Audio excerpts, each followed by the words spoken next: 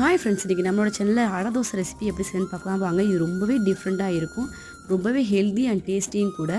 இந்த மாதிரி அடை தோசை கண்டிப்பாக யாரும் ட்ரை பண்ணியிருக்க மாட்டீங்க. அப்படி ட்ரை பண்ணியிருந்தீங்கன்னா கமெண்ட்டில் சொல்லுங்கள். ட்ரை பண்ணாதவங்க இது எப்படி இருந்துச்சுன்னு சொல்லி ட்ரை பண்ணி பார்த்துட்டு கமெண்ட்டில் சொல்லுங்கள்.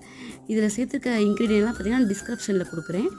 இதை நல்லா ஃபஸ்ட்டு கழுவிட்டு அதுக்கப்புறம் பார்த்திங்கன்னா நல்லா சுடுதண்ணி காய வச்சு ஒரு 3/4 மணி நேரம் ஊற வச்சிங்கனாலே போதும். டைம் இல்லைன்னா ஃபீல் பண்ண தேவையில்ல. காலைல 7 மணிக்கு ஊற வச்சாலே 8 மணிக்கு மாவு ரெடி ஆயிரும். தோசை மாவு பக்கத்துக்கு இதை ஃபஸ்ட்டு அரைச்சி எடுத்துங்க தண்ணி இல்லாமல். அது கூட ஒரு 5-6 பல் தேங்காய், 2 வரமிளகா, 1 ஸ்பூன் சோம்பு, ஒரு பச்சை மிளகா வச்சு பேஸ்ட்டாக அரைச்சிக்கோங்க. ஒரு வானலில் எண்ணெய் காய விட்டு கடுகு, கருவேப்பிலை, 1 வெங்காயம், ஒரு கேரட் அதையும் வதக்கி எடுத்துக்கோங்க. 1 ஸ்பூன் இஞ்சி பூண்டு பேஸ்ட்டு, ஒரு கைப்பிடி அளவு முருங்கைக்கீரை, உப்பு, நம்ம ஏற்கனவே வதக்கின வெங்காயம், இந்த பேஸ்ட்டு, 1 ஸ்பூன் மஞ்சத்தூள், அவ்வளோதான். வீட்டில் இப்போ நார்மலாக எப்படி தோசை சுடுமோ அதே மாதிரி இதையும் சுட்டு எடுத்துடலாம். இதுக்கு வந்து ஆயிலாம் அவ்வளோவா தேவைப்படாது. ரொம்பவே ஹெல்த்தியான டேஸ்டியான அடை ரெசிபி கண்டிப்பாக ட்ரை பண்ணுங்கள்.